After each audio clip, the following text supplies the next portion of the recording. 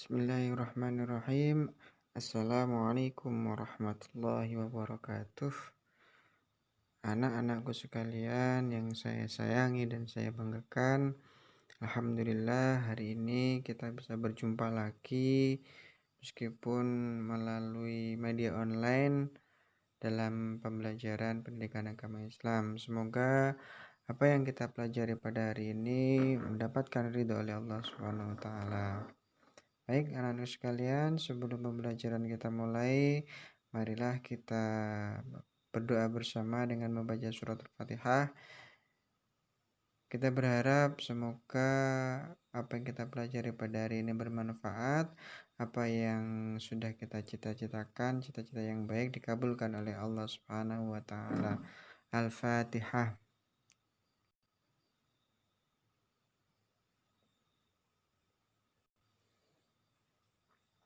Alhamdulillahirrabbilalamin. Semoga doa kita dikabulkan oleh Allah Subhanahu wa taala. Baiklah anak-anak sekalian, langsung saja pada hari ini kita akan melanjutkan materi yang sudah kita bahas kemarin, yaitu menghindari minuman keras, judi, dan pertengkaran. Kalau minggu yang lalu kita sudah mempelajari tentang menghindari minuman keras dan judi, untuk minggu ini kita akan membahas tentang pertengkaran dan hikmahnya serta bagaimana cara menghindarinya. Oke. Langsung saja, materi yang kita bahas adalah pertengkaran dan pembunuhan. Pertengkaran dan pembunuhan dalam hal ini masih berkaitan dengan pembahasan minggu yang kemarin, yaitu tentang minuman keras dan judi. Orang yang gemar berjudi pasti dia sering mengalami kekalahan. Dan ketika mereka kalah, pasti atau kebanyakan mereka akan menghilangkan rasa menyesalnya, rasa kekalahannya dengan meminum minuman keras, yang mana itu bisa mengakibatkan pertengkaran dan yang lebih fatal lagi adalah pembunuhan. Apa sih pertengkaran itu? Pertengkaran adalah perselisihan baik secara fisik maupun secara verbal atau ucapan. Pertengkaran ini dilarang oleh Allah Subhanahu wa taala, dan pembunuhan ini yang mana tercantum dalam surat Al-Isra ayat 33 yang berbunyi A'udzubillahi minasyaitonirrajim. Bismillahirrahmanirrahim. Wala taqtulun nafsal lati harramallahu illa bil haqq wa man qutila madluman faqad ja'alna liwalihi sultanan fala yusrif fil qatli innahu kana mansura. Yang artinya, dan janganlah kamu membunuh jiwa yang diharamkan Allah atau membunuhnya, melainkan dengan suatu alasan yang benar.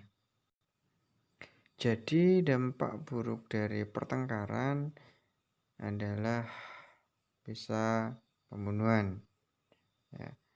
Jadi pembunuhan ini dilarang oleh agama, seperti yang sudah tercantum dalam surat Al-Isra ayat 33 bahwa kita oleh Allah dilarang membunuh apapun, baik manusia maupun tumbuhan maupun hewan. Ya.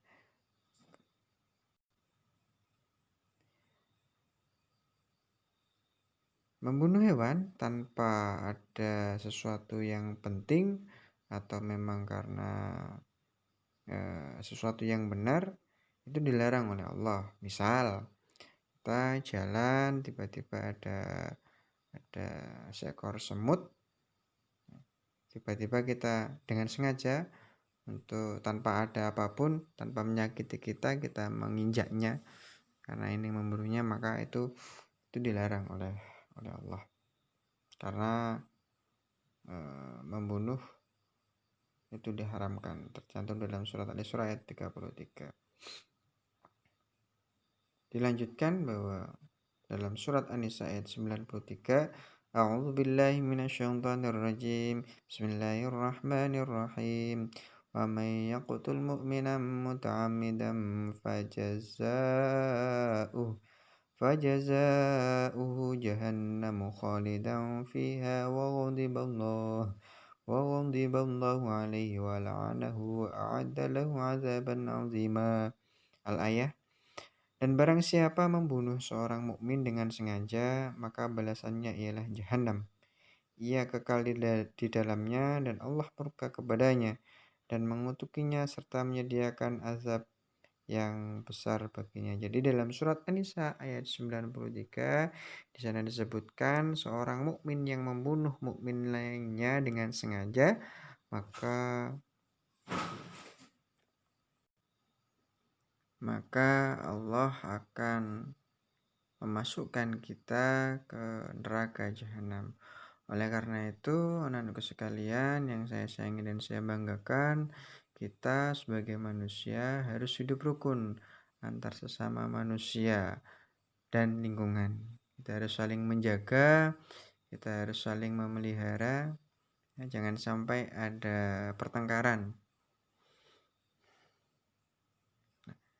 Pembahasan yang berikutnya yaitu tentang cara dan hikmah menghindari perbuatan dosa. Bagaimana cara menghindari perbuatan dosa? Disebutkan di situ. Yang pertama adalah bergaul dengan sahabat yang soleh. Anak-anak sekalian,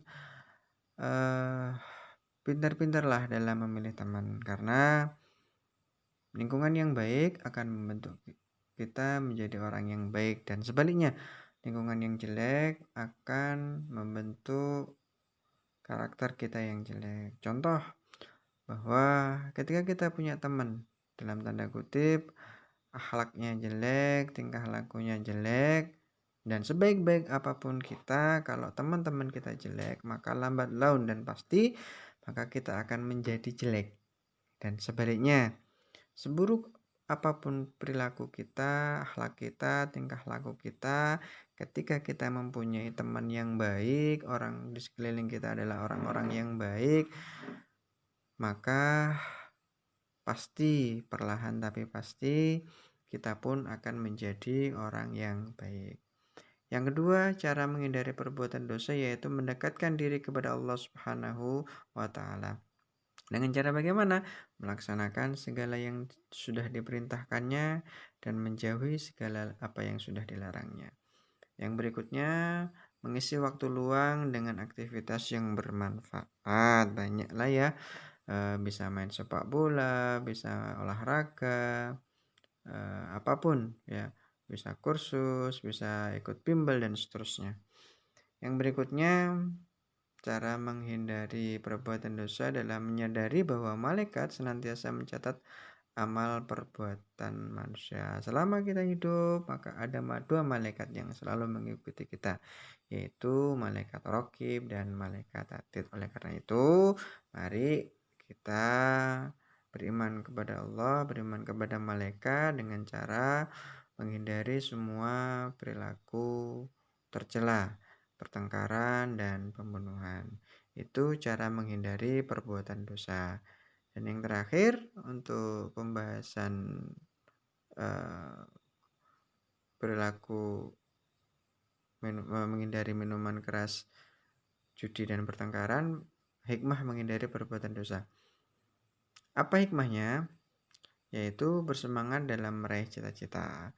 Yang kedua, mendapat rahmat dan petunjuk Allah SWT. Yang ketiga, dapat berpikir jernih dan dijauhkan dari siksa api neraka.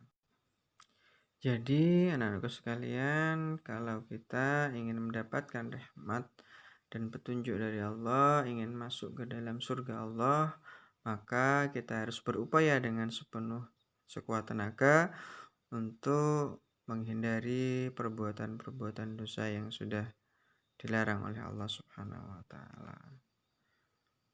Anak-anak sekalian, ada materi tambahan pada bab ini, yaitu materi tajwid. Materi yang kita bahas di sini adalah materi qalqalah. Apa itu qalqalah? Qalqalah adalah bacaan yang memantul. Bacaan di mana? Yaitu yang di dalam Al-Quran. Apa yang dipantulkan? Yang dipantulkan adalah huruf qalqalah. Jadi suaranya memantul. Yang dipantulkan suara huruf qalqalah. Huruf qalqalah itu apa saja? Huruf qalqalah itu ada qaf, ada ta, ada dal, jim, dan ba. Baiklah, akan kita bahas satu persatu. Pembagian qalqalah. Qalqalah dibagi menjadi yang pertama sugro atau qalqalah kecil, yang kedua adalah qalqalah kubro atau qalqalah besar. Apa itu qalqalah sugro? Qalqalah sugro adalah huruf qalqalah. Tadi ada qaf, ada ta, ada ba, ada jim, dan ada dal. Di mana huruf qalqalah di situ berharokat sukun atau mati. Yang kedua, qalqalah kubro. Pengertian dari qalqalah kubro adalah yaitu huruf qalqalah yang berada di akhir ayat atau berhenti atau waqaf. Jadi qalqalah kubro ini hanya ada di akhir ayat atau ketika kita berhenti karena waqaf, ada tanda kecil di atas itu ya. Tuh. Ini contohnya untuk qalqalah sugro. Nah, oke, perhatikan di sini ada yang pertama adalah lafaz inna batsya. Di situ ada huruf alif, nun, ba, ta, dan shin. Yang mana di sini huruf ta berharokat sukun. Dibaca inna batsya. Ta-nya memantul, batsya. Yang kedua adalah fal huwa yubdi'u. Nah, di sini ada huruf qalqalah, huruf apa? Huruf ba. Oke, huruf ba di situ harokatnya adalah sukun. Harokatnya adalah sukun. Jadi syarat dibaca sugro, qalqalah sugro, apabila huruf qalqalah itu berharokat sukun. Ya, sekali lagi saya bacakan. Contoh nomor 2 adalah huwa yubdi'u. Ba-nya yub. Nah, jadi memantul. Yang ketiga ada contoh innahu ala raj'ihi. Apa huruf qalqalahnya? Huruf qalqalahnya adalah huruf jim. Jimnya berharokat sukun. Yang keempat ada contoh ya ayyatuhan nafsul mutmainnah. Apa huruf qalqalahnya? Huruf qalqalahnya di sini adalah huruf ta. Huruf ta-nya berharokat sukun. Oke. Jadi qalqalah sugro itu harus berada di tengah kalimat. Ya, harus berada di tengah kalimat. Hurufnya ada di tengah-tengah. Oke, yang berikutnya qalqalah kubro.